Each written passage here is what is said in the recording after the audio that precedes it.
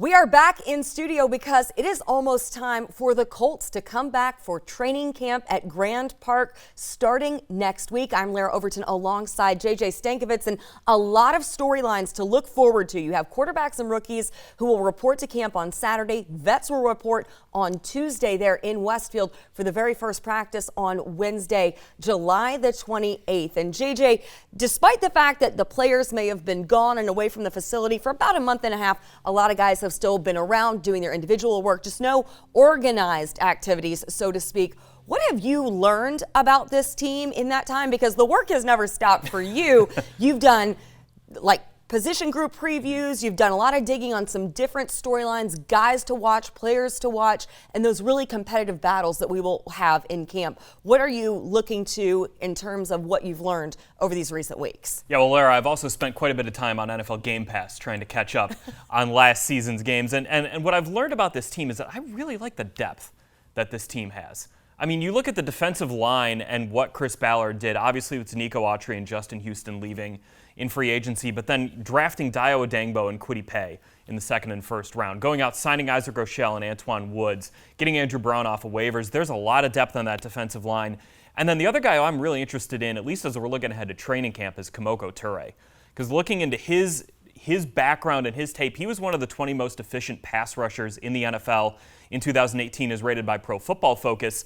Obviously, he's only played in 11 games over the last couple of years, but he's a guy who Chris Ballard said earlier this year they think they've fixed the issue with Komoko Turay, and now that ankle getting back to full strength. He's a guy, if we're just kind of starting off here, I might be getting ahead of ourselves here because I'm so excited for camp. He's a guy I'm really interested to watch up in Grand Park this month. He is one of those who has a very high ceiling because he didn't play an immense amount of high school football, then played collegiately at Rutgers. So a guy who they're looking to continue developing while working alongside defensive line coach Brian Baker.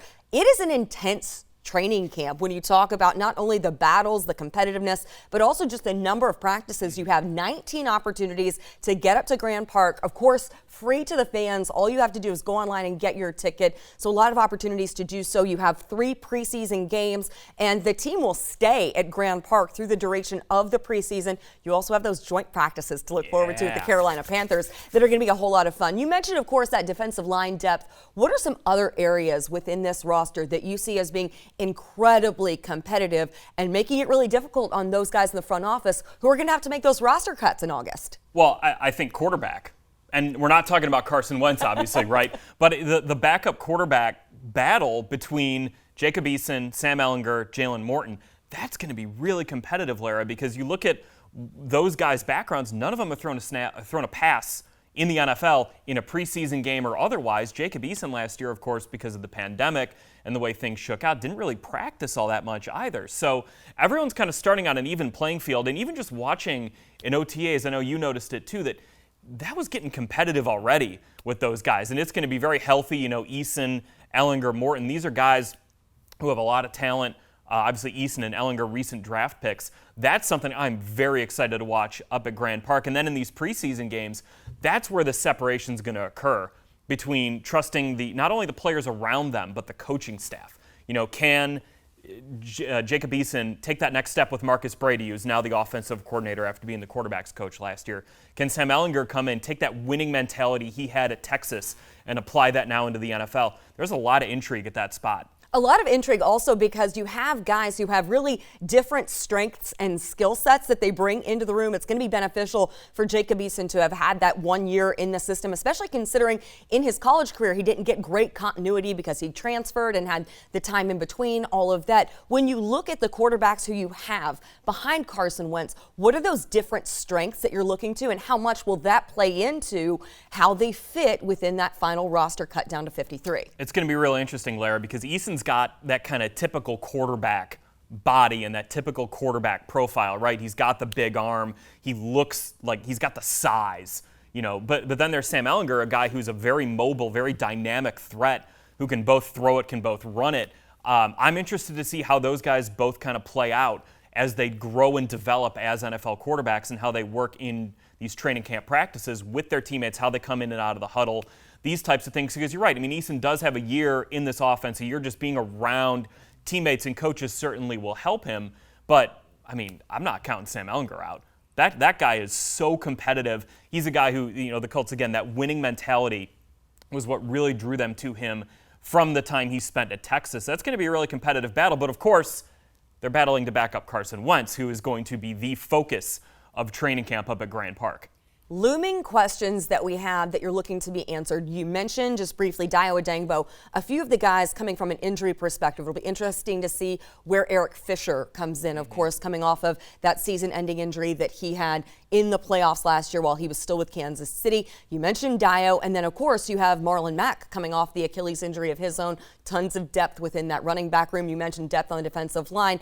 Outside of just some of those injury situations that we know we're going to be talking about, engaging the health of those guys and where they're able to work their way in, what are some other looming questions that you're looking to have answered in those first few weeks of camp? I think cornerback is going to be an interesting spot as well. Kind of, can Rock Ya-Sin really lock down that third cornerback spot, with Xavier Rhodes and Kenny Moore as the other two there.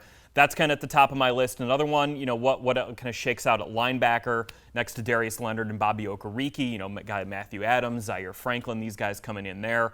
And then wide receiver, you look at the four guys there who are, as long as they're healthy, they're on the team. T.Y. Hilton, Michael Pittman, Zach Pascal, Paris Campbell. You got some big dudes competing for some spots there in Desmond Patton and Mike Strawn. I'm interested to see how those guys play out. But additionally, if we're talking wide receivers, hey, Paris Campbell, he looked really quick during OTAs. That guy looks like a player if he can stay healthy. And we saw it last year. Looks slick in the number one, too. That's the difference, too. I think it's both that he's quick and that number one, when you're quick and you're wearing number one, that looks real good on a player. But, he had that game against Jacksonville last year, 6 catches, 70 yards. You could sort of see what Paris Campbell could do. If we can extrapolate that now out during training camp, and then obviously into the regular season, boom, there's a weapon right there for the Colts. I'm going to throw DeMichael Harris into that conversation Absolutely. as well, because we saw great production from him, the opportunities he has, and he can kind of play in that Paris Campbell-like role a little bit within this offense. Well, we cannot wait to get things started up at training camp. First practice is July the 28th. Reminder on those preseason games as well. Home game, the lone home game, is against the Carolina Panthers on Sunday, August 15th. Back-to-back road games heading to Minnesota for a Saturday evening game on the 21st of August, and then the preseason wraps up at the Detroit Lions with a Friday night affair on August 20th. Friday Night Lights, indeed. Well, if you need to find us, we'll be at Grand Park. That's where all the action is happening, so be sure to make your way up, join the Colts for those 19 practices, 19 different opportunities to see the Colts prior to starting the 2021 regular season.